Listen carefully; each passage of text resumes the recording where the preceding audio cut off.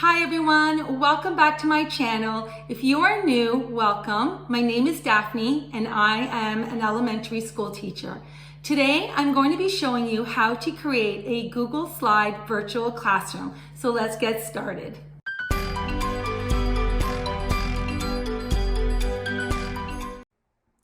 So the first thing that you're going to want to do is go to your Google Drive and then go to new and create a slide. And here we go. So we're in a brand new slide, brand new project that you're going to start. So the first thing that I always like to do is I like to give my slide presentation a title. So in this case, I'm going to say virtual classroom. Then the next thing you're going to want to do is click off the X and get rid of that box so that way you have a fuller screen, that it's easier to see things. And in each corner, you're going to click the text boxes and you're going to delete them. Okay, that's the first thing. So now you are ready to start inserting things into your slide without having to worry about text boxes overlapping things that you're going to put in it. So I'm going to take you to what I've prepared to show you guys on how to create a virtual classroom. The highlights that I'm going to cover are how to begin using Google Slides, so how to get to Google Slides. So you're going to have to know the beginning parts where you log into your Google account and then you go into your Google Drive, and then under Google Drive you're going to open a brand new Google Slide. So we've done that already. The next thing you're going to learn is inserting a background image. So I'm just going to insert one here, and these slides 2, 3, and 4, 5, and 6 are different slides that I have created that I am going to share with you to give you some ideas that your virtual classroom can be done in so many different ways. You can have a focus, you could have a theme. It really just depends on how you want to use your virtual classroom and what you want to provide students with access to. So I'm going to add a new slide, and I'm going to remove the text boxes as I did before. And now your slide is ready to be able to insert a background. The easiest way that I found in doing this is you're going to go to the tab that says change background. You're going to click on that, and then where it says choose image, you're going to click on that, and there you're going to go to Google Image Search. And when you go to Google Image Search, you're going to type in floor and wall background. Okay, you're going to click on that one. And all these different samples of floor and wall background will pop. Okay, so you get to pick which one interests you, which one would best meet your theme that you're creating. Now, you can also upload a picture, a floor and wall background from your Google Drive. You can do it through your photos. You can do it through your camera. So you can upload also. I have found just easier for me to pick something from a Google image search that they are already provided me with. It's just simple, it's easy, it's a click of a button. So I'm gonna pick this one. Okay, so you click on the image, and then at the bottom, the blue toolbar will appear, and you just click on that and it will insert it. You have to press done. So there you go, you have your background. The next thing you're going to do is you're going to want to start inserting furniture or any objects into your background, into your floor plan. You're going to click image, and then you're going to go down where it says search the web.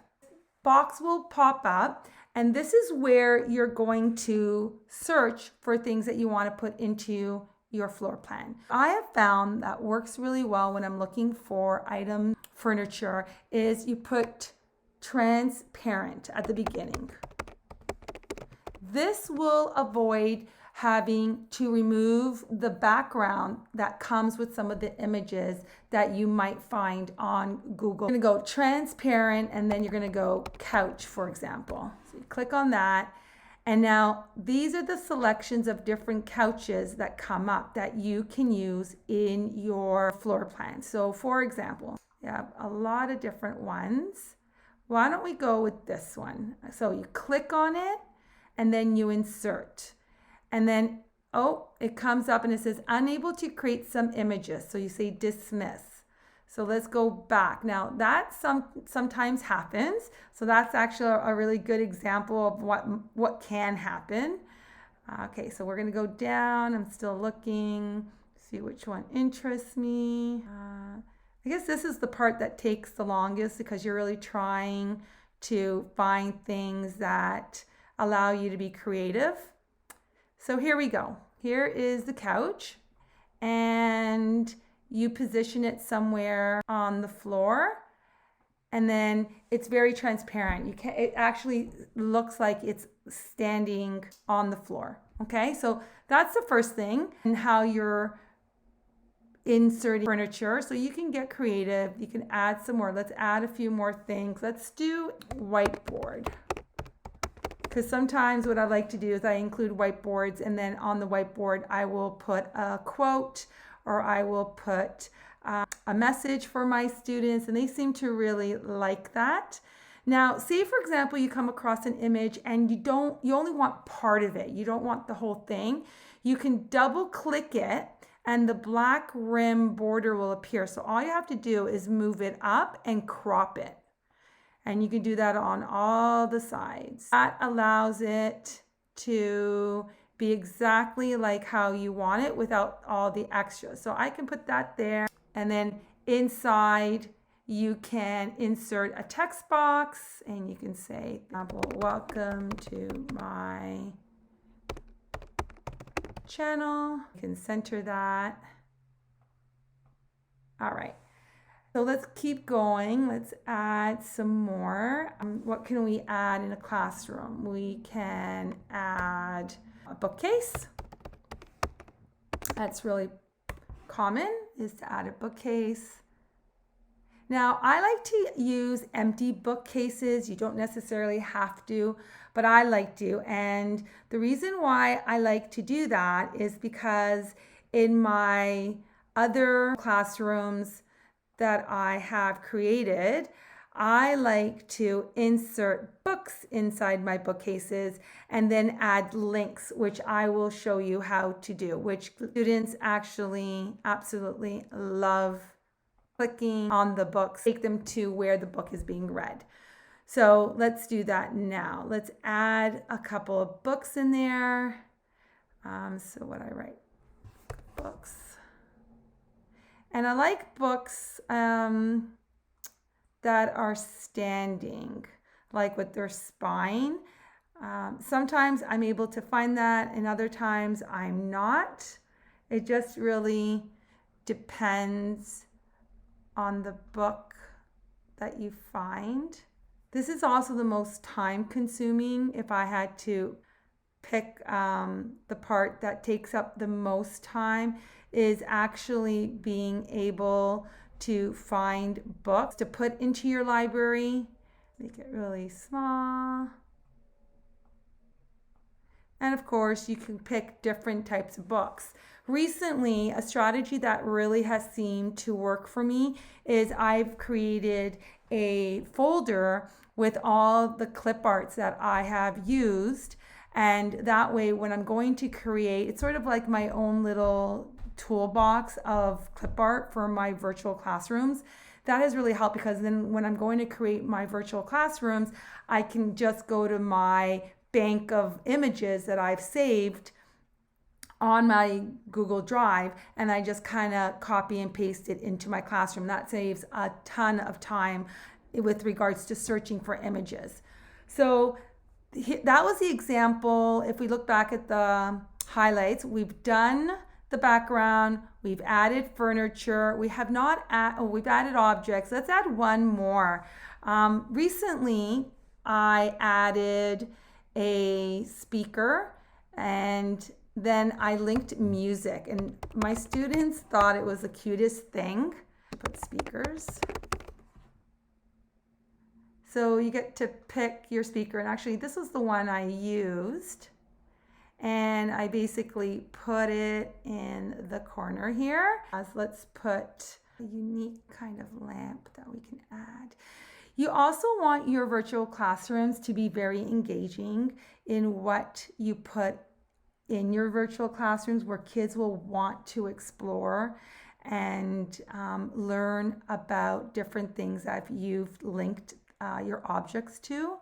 Let's move it on top of the bookcase. There we go. We have inserted the background, we've inserted furniture and objects. Now I'm going to show you how to add the links, which is probably the best part of this, because you can really focus your virtual classroom to what you want your kids to learn. So for example, in grade 6, we're starting a brand new unit on electricity. It will open another Google. Bill Nye is amazing for science, informative. Students absolutely love watching these episodes. So say, for example, I wanted to connect the lamp with my unit in science that I'm starting to teach my students electricity. So say I click on that. So you go to the link and you click and copy the link. And then you click on the object. This took me forever to get when I was searching online how to do this. This is my way, and I found this the simplest. You click on the image, then you go to insert. Then you go to the bottom where it says link and you click that. And in the link, a window will appear. Just paste in the link that you got from the video I just shown you. And it will connect the video to the lamp. Click it. It doesn't appear. So when kids are looking into their virtual classroom and they're exploring it and they come to the lamp, once they click it, it will directly take them to the video, which is absolutely mind-blowing for me when I first learned this, because it's just so engaging. It helps students understand that they have to look around. It's sort of like they're finding like treasure. They're trying to figure out where you've put all those different links. I mean, let's look at the book. So you're going to go back to Google search, and I love using Storyline Online. I did a video recently, and I did cover Storyline Online as one of my top websites that I use with students. So here's the website. I'm going to go on it. As I mentioned in my earlier video, my last video, it has a ton of books that you can pick. So say, for example, I want my students to listen to As Fast as Words Could Fly. What I'm going to do is I'm going to click on that, and I am going to copy the link and go back to my virtual class, click on the book, click on insert, click on link, and then paste it in. And then I'm going to apply it. And now the book has the link to the story that I want my students to listen to. Once you have done that, and say you are all done inserting your furniture and your objects, and you're ready to share this, put this in your Google Classroom. What had happened before is when I shared one of my virtual classrooms, I did not do this step. And as a result, when my students went in and they were, exploring the virtual classroom, some of them accidentally moved things around. So it looked very much like there was a moving going on my virtual classroom, where a lot of my furniture had been moved. Maybe, that could be an activity where you can say to your students, let's rearrange the furniture, and, where would you put things, which would be, a great activity. However, my goal was not to have my students move things around. So I had to go back to the beginning and figure out a way that I wanted to provide them with the virtual classroom with all the wonderful things I included, but without them having to worry like, oh my goodness, I moved something or I wrecked something, and cause anxiety unnecessarily. So the way you do that is you go to File and you go Download, and then you download it as a PDF. Once you've downloaded it as a PDF, it's good to go. That means you don't have to worry about students changing things, moving things around, erasing things. It's pretty much safe. for them to go in and click away and look at all the different links. Now, I wanted to share guys some ideas because as I am using virtual classrooms, creating them, I have come up with different ways that I can use them. So here's another example. This one was specifically for Black History Month. I had started a virtual classroom where I had started putting books on the bookshelf, and then this is a pillowcase, and then when you click it, the kids went to an African virtual tour. And then here was an African vase that I wanted them to explore and learn more about with regards to art. Here's another example of a virtual classroom that I started with my students. Here is one that my students explored. This one was my very first one. This one took me about 6 hours to create. And I know that sounds crazy, but it was really from start to finish not knowing how to create a background, how to insert, images without having the background to worry about, including inserting links. So this one was my very first one. This is what got me so excited about creating virtual classroom. This here on the side is my Bitmoji. In this video, I am not going to show you how to create a Bitmoji. I will do a separate video specifically for that purpose because there is a little bit more that goes into creating a Bitmoji. But again, just to walk you through this virtual classroom, I included art, an art show that they can go and explore. They had videos, a music video that they went to.